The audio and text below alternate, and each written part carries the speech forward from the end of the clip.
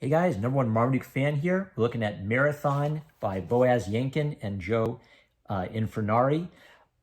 It wouldn't surprise me if these two had Frank Miller's 300 in mind while writing this. And anytime we can get like more ancient Greek and Roman myth as a graphic novel, like I'm all for that. Let's make this the next superhero movies, more epic Greek myths. Artistically and writing wise, this is just a great combo. If they were intending this to be kind of like a nod to 300, I enjoyed this just about as much as I enjoyed Frank Miller's 300, which is probably like the highest recommendation you could give something to a comics nerd. So it's the story of Euclides and his famous run from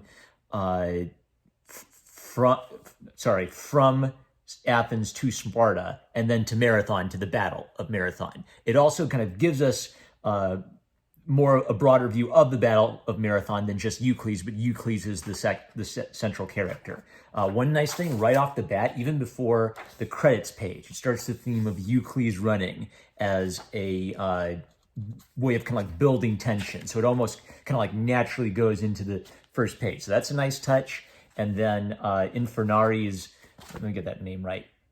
Infernari, I had it right. Infernari's art style. I'd kind of say it's classically inspired, like really muscular figuration with hatching to make like a feeling of movement and I guess give things a little bit of energy. So it works really well.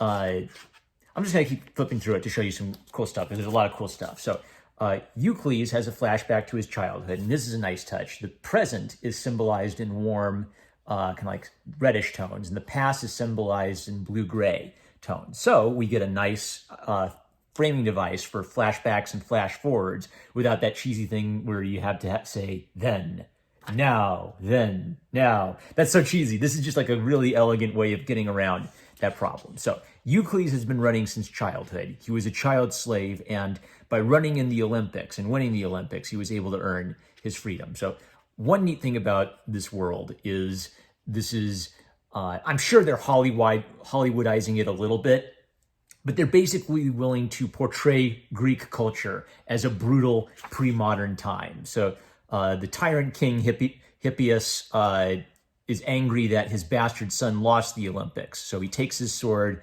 and murders his own bastard son because he's displeased with him for losing the race. Then he tells Euclides, "You are now free. You will deliver my messages. But if you ever fail to deliver one of my messages, I'll hang your parents from the public gates." While delivering a message, Euclides is waylaid by two boys who just are angry at him because he's responsible for their friend's death indirectly. And one of these boys is Antigonos, who will come up as a character later. So these two boys stop him. Hippias, the tyrant, is true to his word. Euclides' parents are hung from the gates of the city until death. So it's a really brutal and cruel world that he's born into. And he has to still be essentially Hippias' slave after his own parents are murdered. The Spartans intervene, and Euclides counsels him to not let King Hippias live, because if he just exiles him, he's going to come back. And then sure enough, when we flash forward back to the present, the tyrant Hippias is returning to Athens with the Persians. He's going to sell out Athens to the Persians, and he basically doesn't care if he's the Persians' puppet ruler as long as he gets his little corner of the earth and gets to go home again. So it's a really neat thing where Hippias is humanized. Like we see him like picking up the dirt and finally being home. His son's legacy is on the line. He wants his son to be the king, but he's willing to sell out his own people to the Persians, to the tyrants who want to be the global power of the world. The cast starts to broaden beyond just Euclides, and so we meet General Miltiades, who is trained with the Persians, is familiar with their tactics. Now, the Athenians are essentially outnumbered at least 10-1, so this is where like the cool guy stuff comes in. Basically, ancient warfare is kind of like football, because it's really muscular men with swords and shields charging at each other on a battlefield. Once we get into modern warfare, I feel like war becomes more about technology. who has the better airplanes, who has the better sea power. But ancient Greek and ancient Israel warfare is all about men with swords running at each other and getting really excited. And the exciting part about this is sort of the tactics of trying to defend your homeland with inferior forces. So Miltiades is sort of a forward-thinking general. We can't just sit here in Athens and wait for them to come to us. The Persians are going to destroy the land side and turn our friends against us. We got to take our little force out and meet them as soon as possible before they get settled in the land, right? So they're basically leaving Athens undefended. Eucles is needed to be sent as a messenger to the Spartans to beg for aid. And Miltiades has this great line, "I have many swords, what I need are one fast pair of feet." Now, Eucles, of course, goes and has sex with his wife one last time before he goes. And his wife is like a real cool woman. Like when she was a kid, she was a shepherd girl and had to fight off the wolves. One of the things I'm thinking of is I read this really awful Wonder Woman comic where all of it is about self-validation and not wanting anybody to be mean to you and just, oh, I'm such a teenager and I don't know what to do with my emotions. And when you get into like Greek myth, it's because the Persians are coming to kill everybody, it's sort of like that raises the stakes and it changes the tone of heroism. So it's not about personal self-fulfillment or finding your dream or he just doesn't listen to me. What they had to do is a lot more serious. So basically, in this pre-modern world, his wife has a lot of masculine, heroic qualities like fighting off wolves.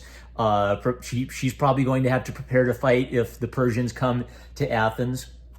But it's not a heroism of self-fulfillment. It's a heroism of sacrifice to your people, because only when you have freedom from the Persians, only when you fight off the Persians, are you going to be able to go back to a normal life and have babies like normal. And in order to stop the Persians, you've got to be willing to sacrifice everything, even if that means you die trying to stop the Persians. Because if the Persians win, there's never going to be peace. There's never going to be a chance to have peace and make babies together. So both of them are going to have to make these sacrifices.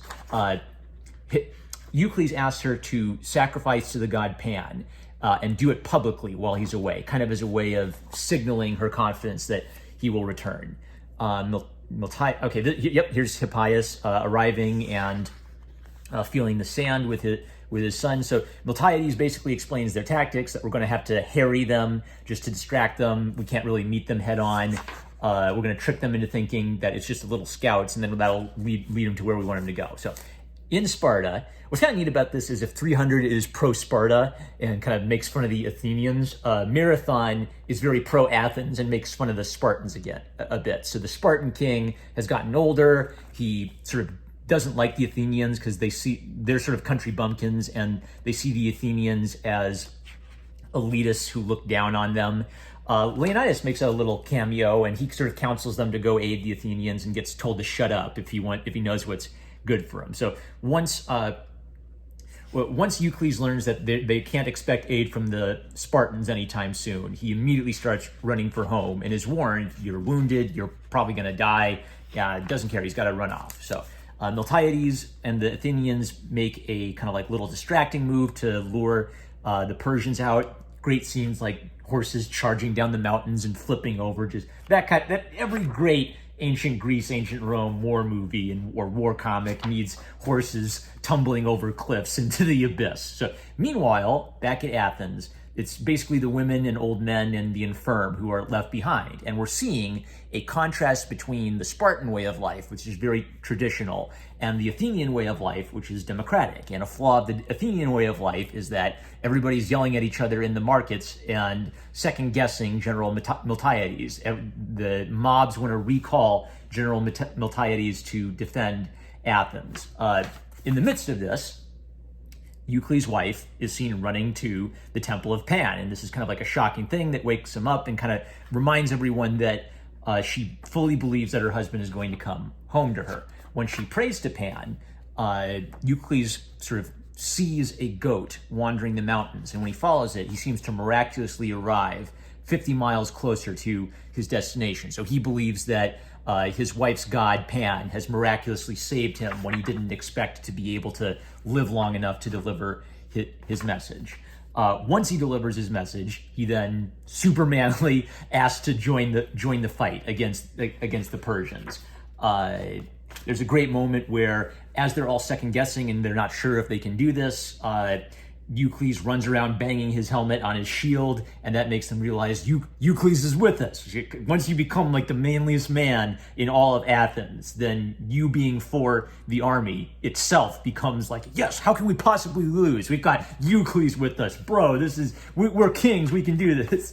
Miltiades has this great plan where they don't have enough people, so there's this great theme of running throughout everything. You have to run.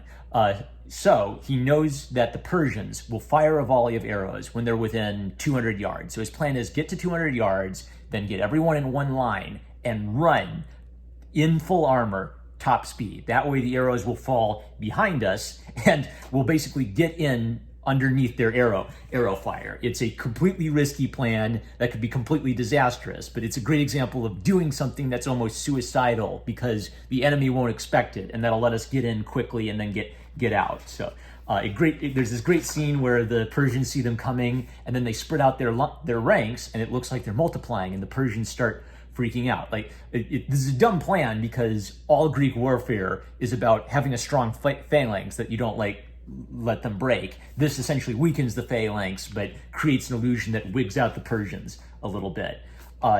Throughout this fight, Eucles is fighting with Antigones, right? Antigonos. So Antigonos is the little boy who's responsible for his parents being hung from the gates, and now they have to fight on the same side. So there's this tension where Eucles wonders if Antigonos will defect to Hippias because he's friends with Hippias' son, and they have this bad blood between them. They have to save each other's lives on the battlefield, and Antigonos proves to Eucles that he loves Athens too. So what's wild about this is their love of Athens and their need to defend Athens against the Persians overcomes a hatred of Antigonos hating Eucles for being a freed slave, and Eucles hating Antigonos for being responsible for his parents' death. The overarching need to protect Athens from the Persians becomes much more important than personal baggage between the two of them. And then the shared bonds of brotherhood of fighting the Persians makes them, they're friends after all. It's so manly. This culminates in Eucles making a final run to Athens. It's a desperate scramble. I can't sum it up step by step, but once they get there, their only plan now is they can either evacuate the city or they can arm all the women and children and old men and make a show of sort of pretending that Athens is actually going to be defended. So the ships arrive, the Persian general sees that it looks like the city is defended and they must have gotten back in time. He doesn't want to risk a complete disaster, so he leaves. There's this great scene, I don't know if I marked it, where he's sailing away and Hippias is desperately trying to run to the end of the ship, but the ship is carrying him away from Athens, so he's never going to get his dream. He desperately wants to get back to Athens, but the whole world is pulling him in the opposite direction. So again, even the women and children and old men are called upon to arm up and get ready to die fighting, defending Athens. The gambit works and the Persians leave, but spoiler alert for ancient Greek myth, Eucles dies of exhaustion, having essentially run hundreds and hundreds and hundreds of miles at top speed. So again, you have to be willing to sacrifice if you want to save Athens from the Persians, and if you want to protect your wife and your loved ones and your people from the Persians, you have to be willing to give up everything.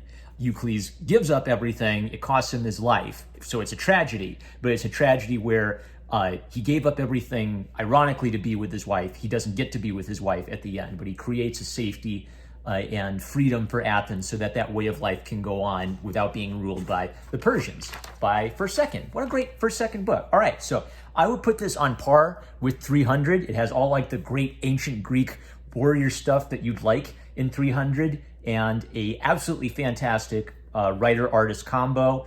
I don't know how, I haven't read the original Eucles myth, so I don't know how much they Hollywoodize, but looking at it as a work on its own, absolutely fantastic. Check it out. No more Marmaduke fan. Love you guys. Catch you later.